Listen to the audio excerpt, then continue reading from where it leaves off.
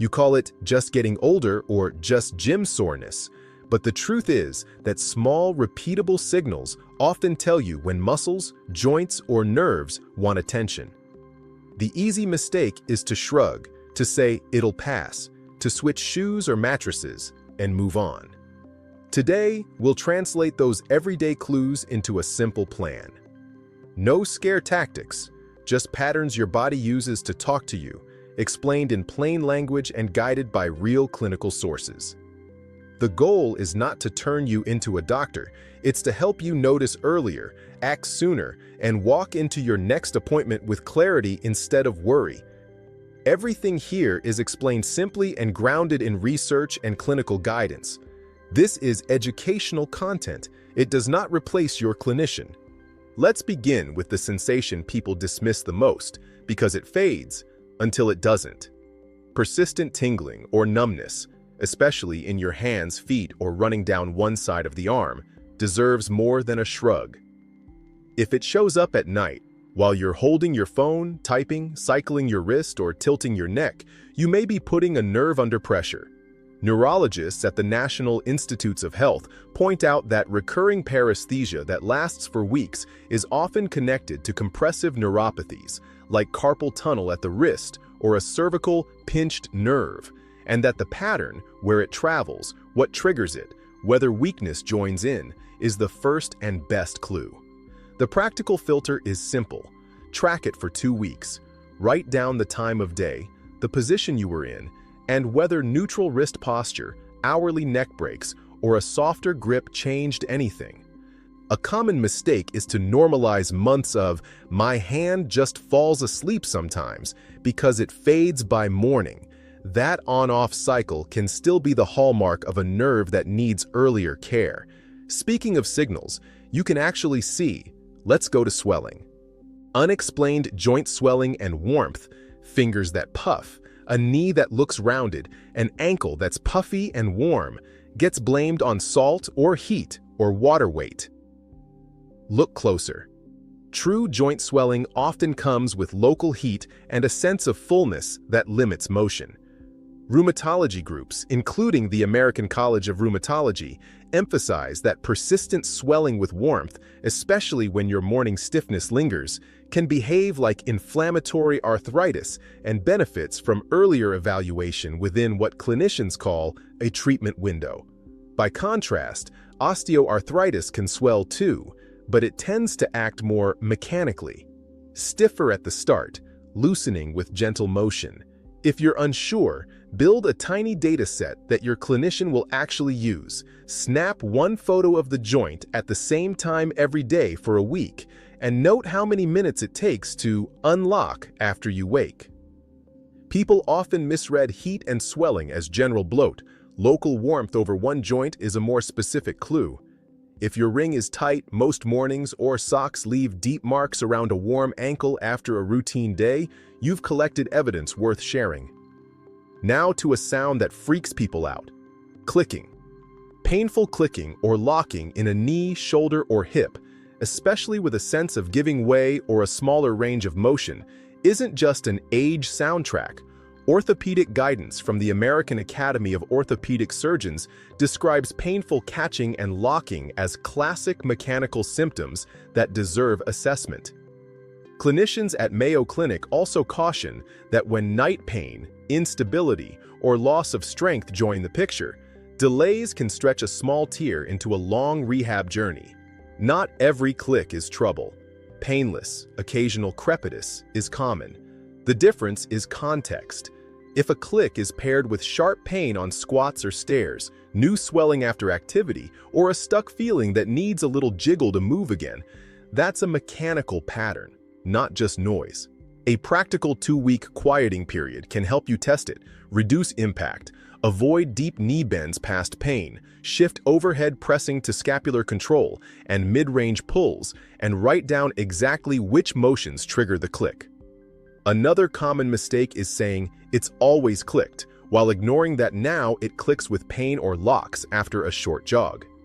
In musculoskeletal care, new behavior is the plot twist clinicians listen for. Morning stiffness is another clue many people misread. If you need 30, 45, even 60 minutes to feel like your joints belong to you again. You're not just a little creaky. The Arthritis Foundation explains that stiffness lasting more than half an hour after waking often signals an inflammatory pattern rather than simple wear and tear. That doesn't mean you automatically have rheumatoid arthritis. Several conditions in adults over 50, including polymyalgia-type patterns, can rhyme with inflammatory mechanics, worse after rest, easing with gentle motion. The American College of Rheumatology encourages a simple diary because minutes to loosen, which joints protest, and what helps often carry more diagnostic weight than any single test. Here's a usable routine. For 7 mornings, write the time you woke, the moment you felt loose, and whether a 10-minute warm-up changed the number. If the stiffness lasts long and the relief fades quickly, that's different from 10 to 15 minutes that vanish after a hot shower. The everyday mistake is to blame the mattress for months. Mattresses matter, but inflammation keeps its own clock. Night pain or pain at rest is a red pen symptom in most clinics. Pain that wakes you from sleep or hangs around when you're not moving is your body's way of saying, "Listen now." Specialists at the Cleveland Clinic highlight persistent night pain, especially if it's worsening or paired with swelling, unexplained fevers, or weight loss, as a reason to be seen. Harvard Health adds that tendons go through phases. In a reactive phase, rest pain can climb, and your loading choices become the lever for recovery. That's why 2 people with the same shoulder pain get different advice. One needs gentle isometrics and fewer overhead loads. The other needs gradual loading to calm an irritated tendon. You can help your future self by noting which position eases the pain, whether short heat or ice intervals help, and how many nights per week it shows up. The common mistake is to keep playing position roulette at night while nothing changes in the daytime routine. The fix is usually both, smarter loading and, if red flags stack up, a timely exam. Strength is the quiet signal. Progressive weakness or a fading grip, needing 2 hands to open jars, dropping your phone, or pushing off your thighs to rise from a chair, arrives so slowly you only notice it when someone else points it out. Large geriatric cohorts repeatedly connect lower grip strength with functional decline and falls, especially in midlife and older adults. And clinical teams at Mayo Clinic emphasize that strength loss is not just aging. Early action preserves independence. Try the chair stand test at home. Sit in a standard chair, arms crossed, and stand up 5 times without using your hands. Time it. If you wobble or take longer than 15 seconds, that's a cue to train smarter and check in, particularly if you've also noticed shorter steps or a slower pivot when turning in the kitchen. Both are subtle hip strength clues. The mistake everyone makes is to call it tired from work for 6 months, while stairs feel steeper every week. Think of strength as a trainable vital sign. Sometimes it's a medical vital sign if nerves or joints are involved. Before we map the action plan, a quick bridge for your notes. When should you not wait on these signals? If tingling is joined by progressive weakness or changes your grip day to day, if swelling is hot, red, and you feel unwell, if a joint locks and you can't fully straighten it, if night pain is escalating or nothing relieves it, or if weakness suddenly affects walking or balance, those moments move you from self-care into urgent evaluation territory. When in doubt, err on the side of calling. What to do now works best when it's boring, repeatable, and specific. Step 1. Log it. Put your symptoms on paper for 1 to 2 weeks. When they happen, what you were doing, how long they last, what helps, and a quick 0 to 10 scale. Patterns beat perfect memory every time, and clinicians rely on your timeline as much as your images. If you love tech, a simple note app works. If you're a paper person, tape a small card inside a kitchen cabinet and jot quick numbers.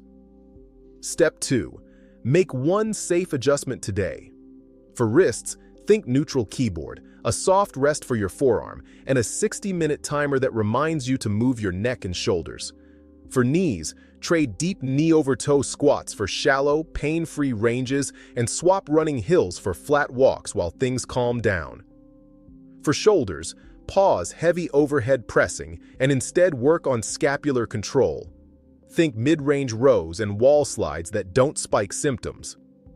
Orthopedic and sports medicine guidance consistently lands here. Smart load management. Less of the thing that sets symptoms off, more of the thing that calms them, often turns weeks of frustration into steady progress. Step 3. Bring the pattern to your clinician. A short concrete log, numbness at night that's worse with phone gripping, morning stiffness around 45 minutes for a week, knee locks on stairs twice, shoulder pain 4 out of 10 3 nights this week.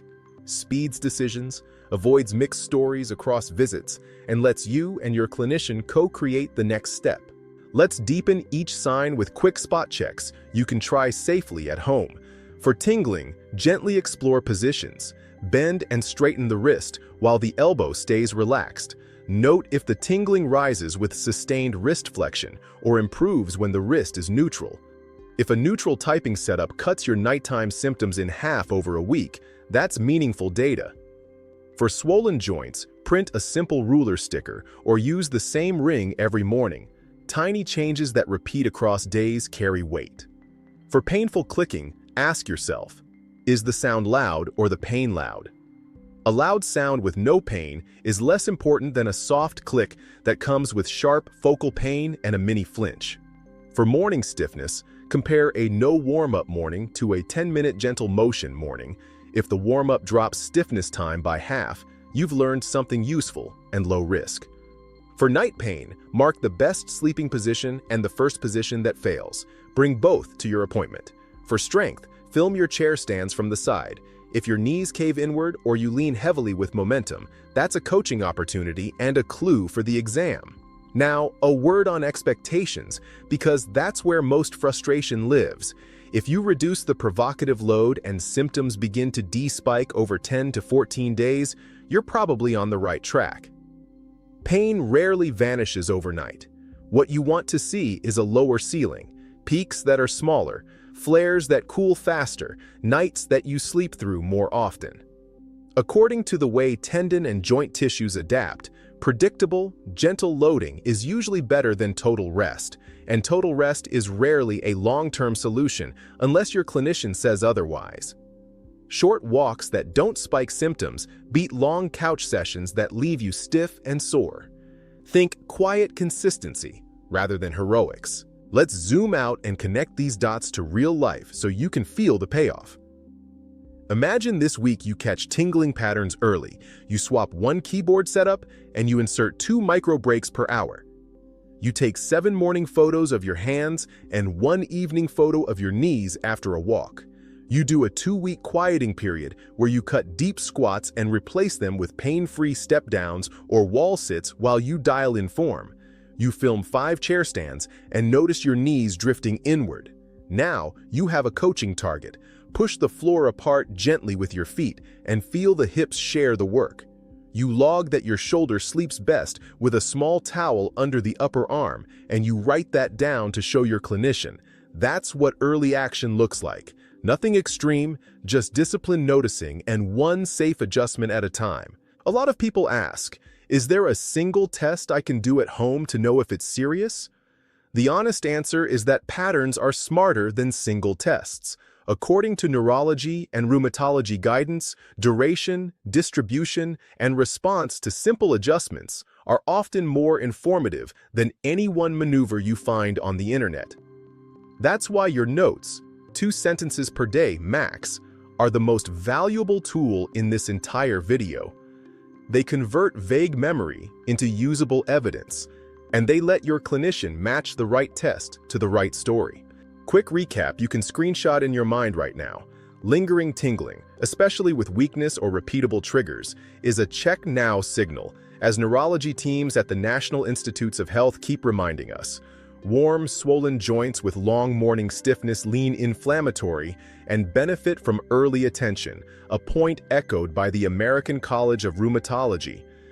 Painful clicking or locking paired with instability is not just noise, and both the American Academy of Orthopedic Surgeons and Mayo Clinic encourage load adjustments and timely evaluation rather than waiting it out for months.